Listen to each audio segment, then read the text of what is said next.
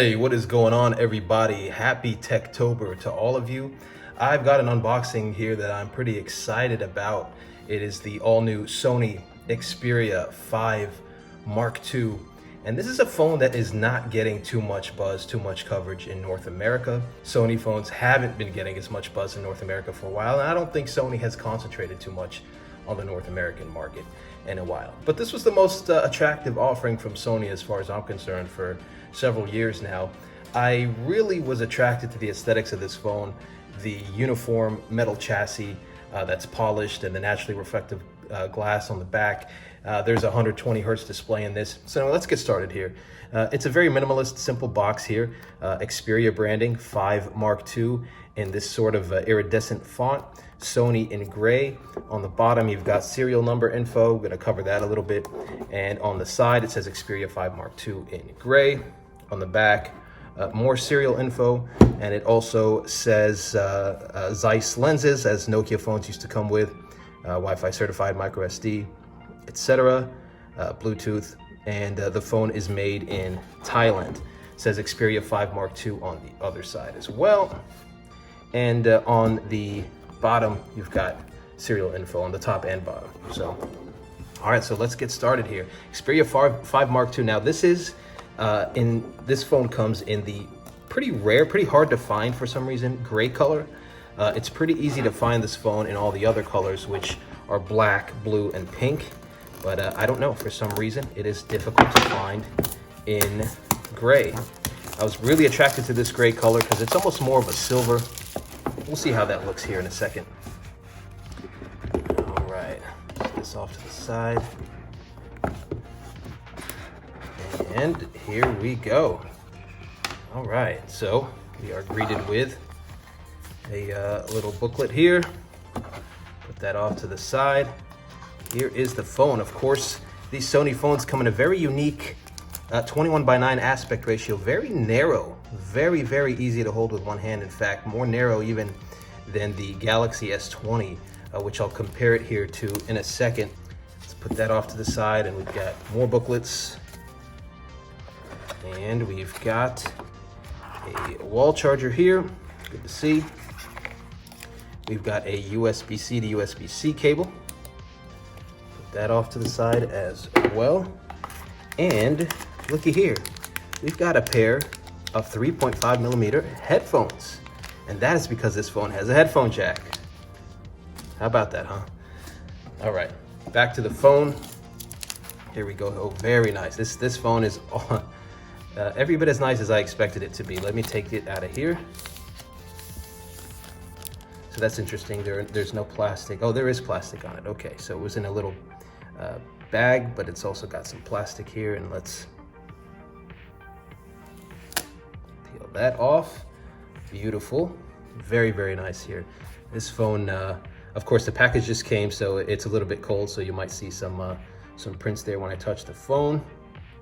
Really, really nice here. This polished metal chassis. Like I said, I love that it's uniform around the entire phone. I like this reflective finish. I don't know if it's going to be a fingerprint magnet, but I think with this gray color, it's not going to be much of a fingerprint magnet compared to, like, say, the black one, for example. So really, really nice here. One thing that I think that might bother me a little bit is going to be the top and bottom bezel, which we'll see when I turn the phone on. Not too big of a deal, and I know actually a lot of you prefer that. Some people hate for there to be a notch and even hate for there to be a punch hole cutout. For me, I don't really mind either, especially the punch hole cutout, but you got neither on this. It's just some bezel on the top and on the bottom. On the side here, you've got the power button, which doubles as a fingerprint sensor as well. You've got a 2-stage camera shutter button here. You've got a Google Assistant button here, which is a little bit strange, a little bit unique. Not sure why they put that in there. I think actually quite a few people were confused by that. And of course, the volume rocker. So pretty busy on this side. You see the camera housing on the rear, and on the top, you've got a noise canceling mic, and you've got, lo and behold, that 3.5mm headphone jack. On this side, you've got your SIM and micro SD tray. And this actually comes out without the need of a SIM ejection tool, which is pretty cool. But you're probably going to need a tool anyway, because you might be taking it out of another phone. And I can't think of other phones that you can take the SIM card out without the tool. So, and then here we are on the back. You've got, again, the camera lens, the flash. Really, really nice here. Very pretty phone. And I'm looking forward to using this. So I am in the United States, and this is an international variant of the phone. Now, it can be used on T-Mobile or on AT&T. And the only drawback will be that it lacks the band 71 for T-Mobile, which I don't think is really a big deal. If you use one of those apps that tell you which band you're using at any given moment, it's really rare that it's ever on band 71. Now, if you're in like a high-rise building and you're in the basement of that pretty often, this might not be the phone for you because it lacks band 71. But otherwise, I expect my coverage to be fine.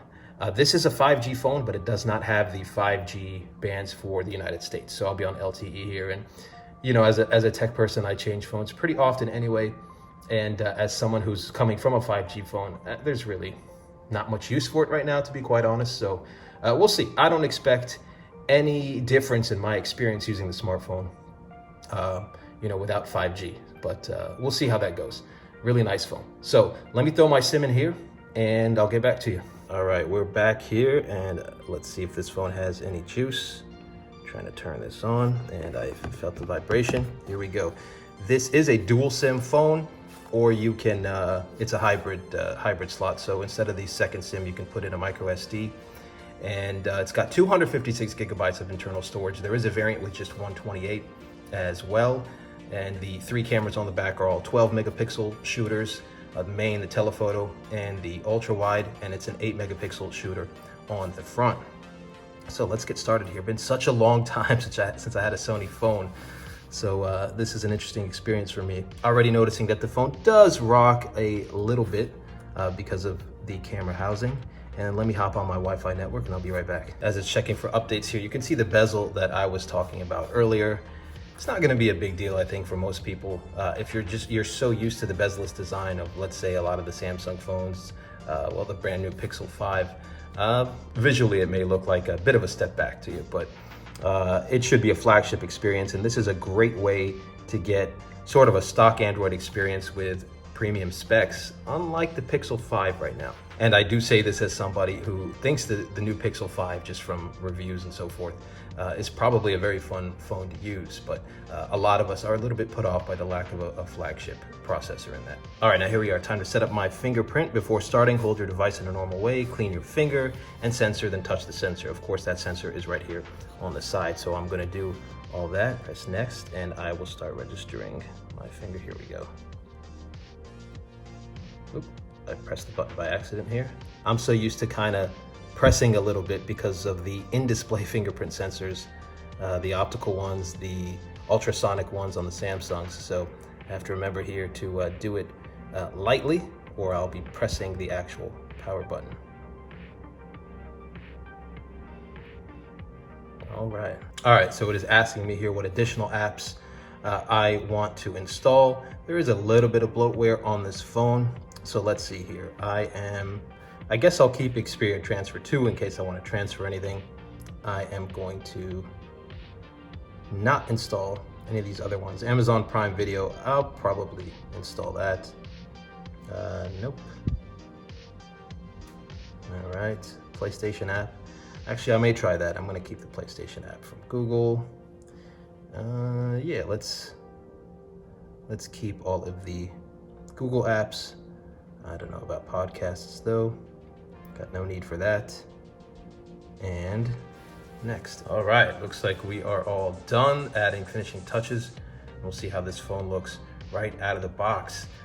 In the meantime, while it's doing that, this is what I was talking about here with the uniform metal chassis.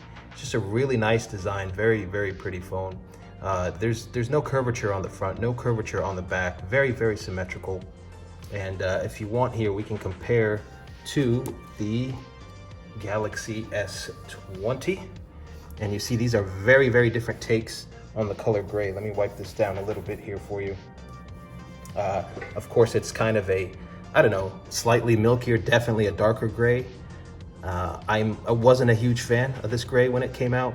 The metal chassis is also a different color. Now I like that it's the natural reflectiveness of glass. I'm not crazy about those matte haze finishes. In fact, some of those finishes actually show more fingerprints, especially on darker phones. I do like the polished metal chassis on both. But if I was just comparing the aesthetics of both of these phones, I would definitely pick the Sony. So this is how they compare size-wise as well. The Sony is a little bit taller, as you can see there. And I would say the S20 is slightly wider. It's hard to see here on camera, and if I put these on top of each other, you're not going to be able to tell because of the depth. But yeah, ever so slightly wider on the S20. But they're both really small, compact phones. And if you're looking for a compact flagship Android phone, to be honest with you, I would be choosing between these two right now. Maybe even the S20 FE. It's not really compact, but it's not too much bigger than these phones. So here we are. Let's hit finish. And of course it installed Nova Launcher, since that's one of the apps that I transferred over. But let's check out the stock launching experience.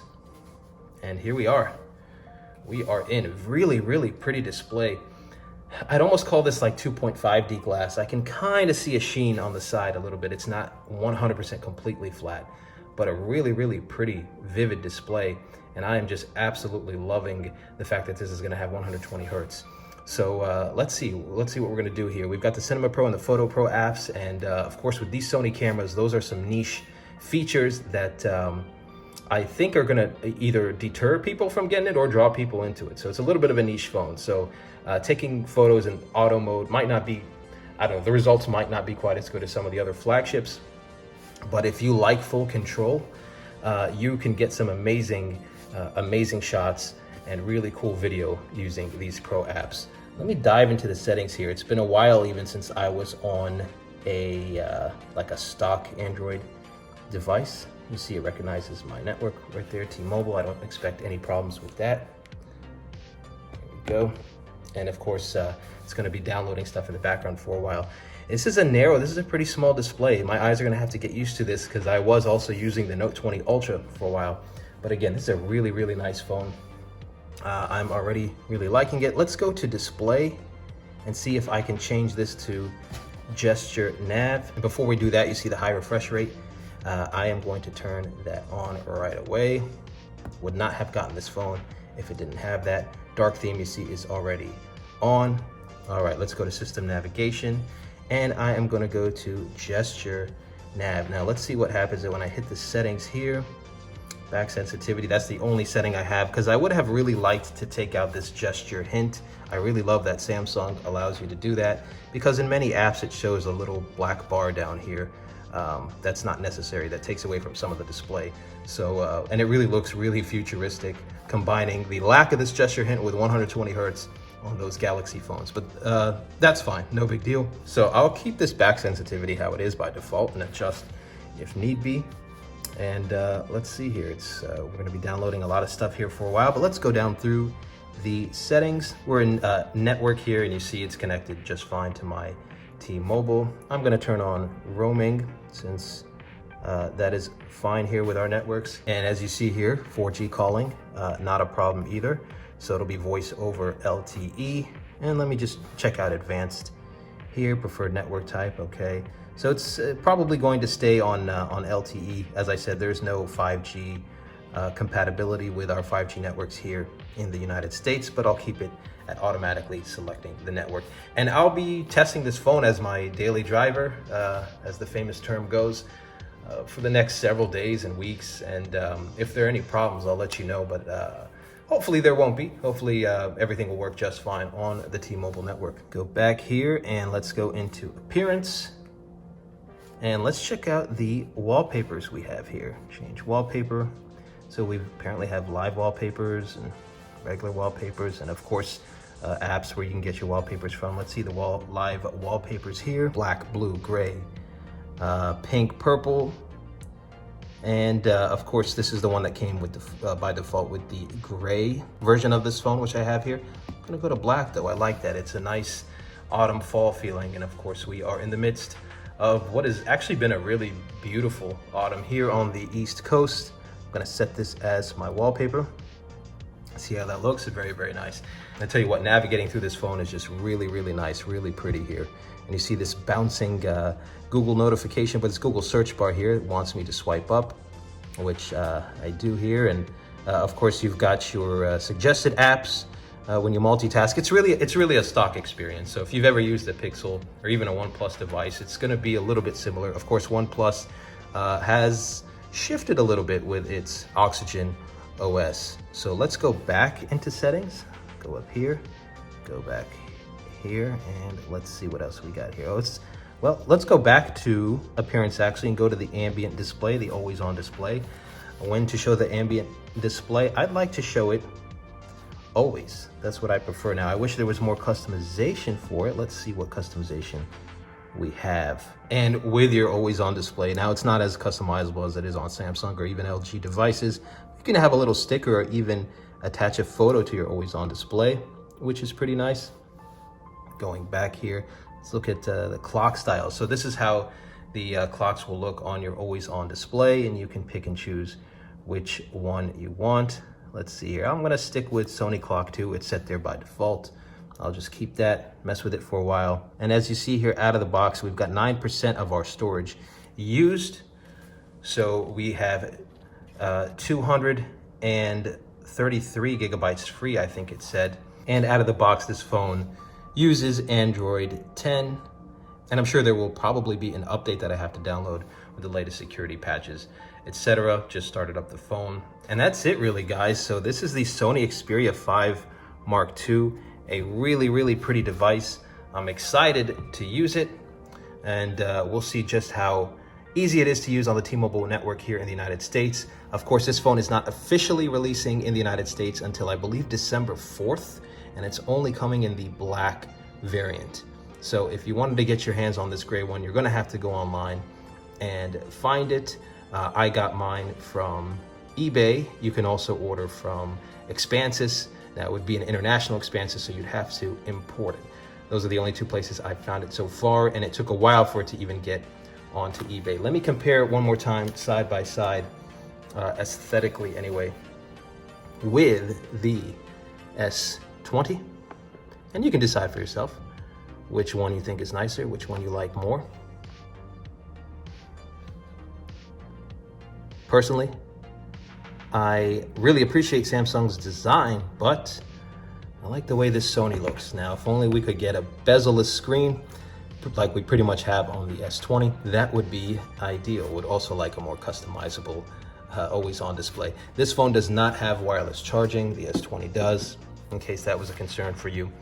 But yeah, that's that. If you have any questions or comments, please leave them down below. And I will have more coverage of tech for you. Of course, like we said, it is Techtober, so if you're interested in this kind of stuff, you might want to subscribe, and I'll see you in the next one.